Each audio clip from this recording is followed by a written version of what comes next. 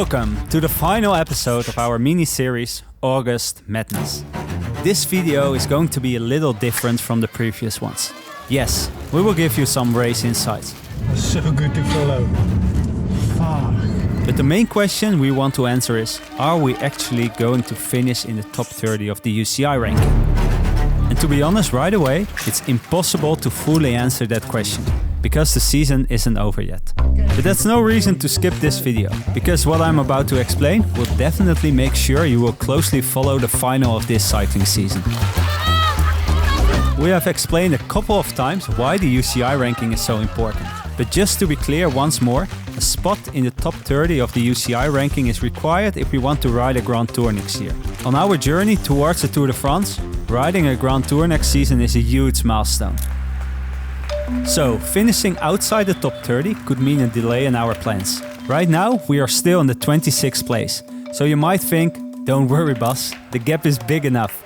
But, trust me, our competitors know exactly what they are doing. Isaac Del Toro wins the Gran Premio Industria e Artigianato. There's Piganzoli in third. The rider you just saw finishing third is Davide Piganzoli, a rider truly in top form. He alone managed to collect 220 points in his last 4 races. His team, Polti Visit Malta, is currently 28 in the UCI ranking.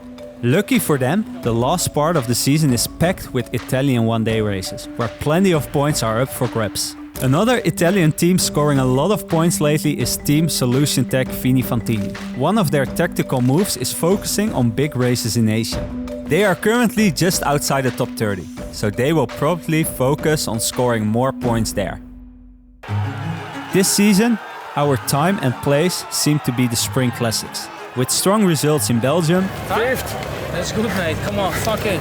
wins in France, Lukas Kubis wins the Cholet Aglo Tour. we build up a solid lead over the teams we are now battling with for that top 30 spot.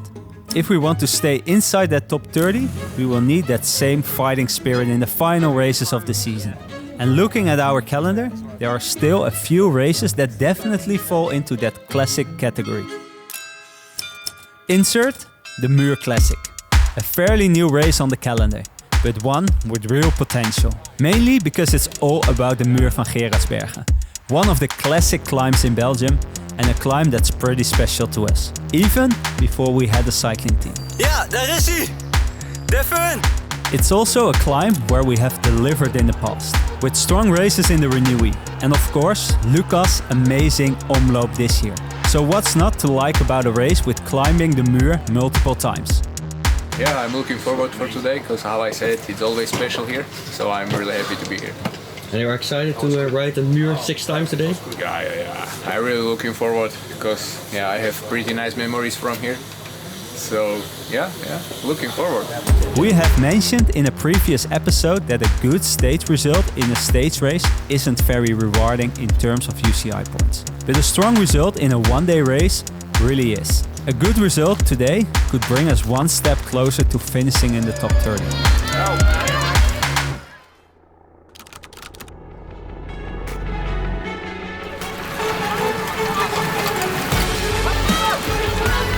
The first part of the race has been absolutely brutal.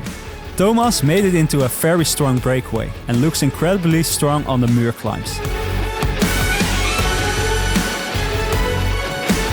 And we're now looking at a newly formed leading group.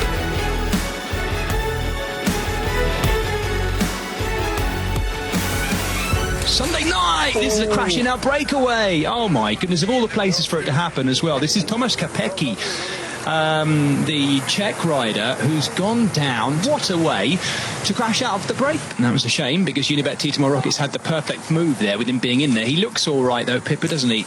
Yeah, swearing away in Polish, so. Put it in the boot.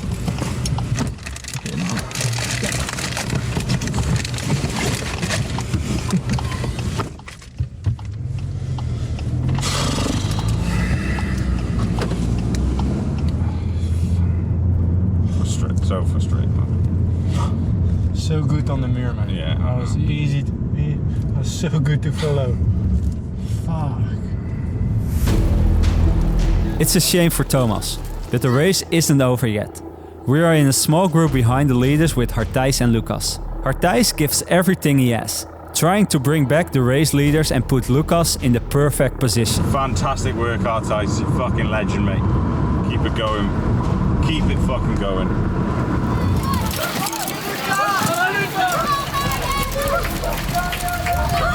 Out front, Donovan's been dropped. Out front, Donovan's been dropped. Come on, Lukas, come on. But it is going to be Jonas Abramson, fresh from his stage win at the Tour de France, who takes his 4th professional win. Here comes Donovan, fantastic ride in 2nd, and we're going to get a big sprint now for 3rd place here. Oh, come on, Lukas, if you get 3rd, I'll be fucking well up. It's Lukas Kubis who's going with it. He's got Jenno Bergmoos with him as well. And one of the Total Energies riders, that might be Sandy Dujardin still there actually. Kubis looking like he's going to get this from Bergmoos, or is he? It's going to be a close sprint between these two. Last year's winner, Jenno Bergmoos, takes the 3rd place. Sandy Dujardin coming in there for 5th.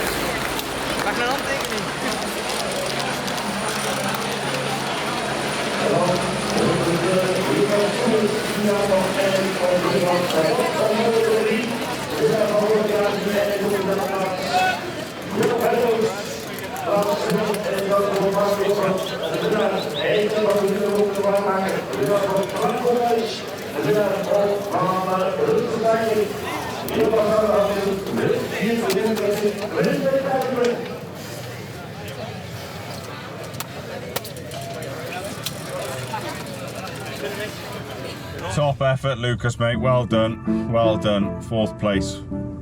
Well done, boys. I don't know who everyone can hear me, but I'll speak to you when you're there. But fuck, what a team effort, boys. What a team effort. Really proud of you today, boys. 20